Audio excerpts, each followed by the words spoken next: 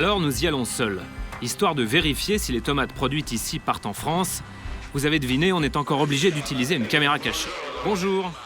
Cette entreprise a vendu des tomates entières l'an dernier en direct à Auchan, à 3 supermarchés dans l'est de la France. Une opération ponctuelle de 3 jours. Mais en plus de ça, via un intermédiaire, la société expédie 3 camions de tomates par jour à une entreprise installée au pied du Vésuve, près de Naples, la société Giaguaro. C'est la 3e conserverie de tomates d'Europe.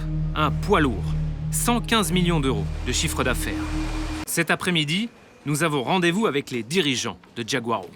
Quel est le pourcentage des tomates qui arrivent ici, à Giaguaro, et qui viennent de Foggia?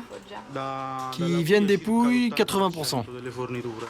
Je suis allé à Foggia et il y a un peu un problème d'exploitation de certains travailleurs. Est-ce que c'est quelque chose auquel ils doivent faire attention quand ils travaillent à la qualité ici?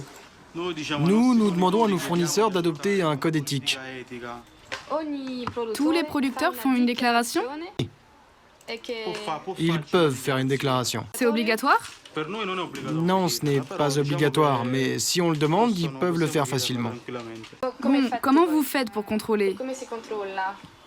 Pour s'assurer que les tomates mises en conserve ne sont pas le fruit de l'exploitation de travailleurs immigrés, Giaguaro se repose sur ce genre de certificat validé par une société d'audit.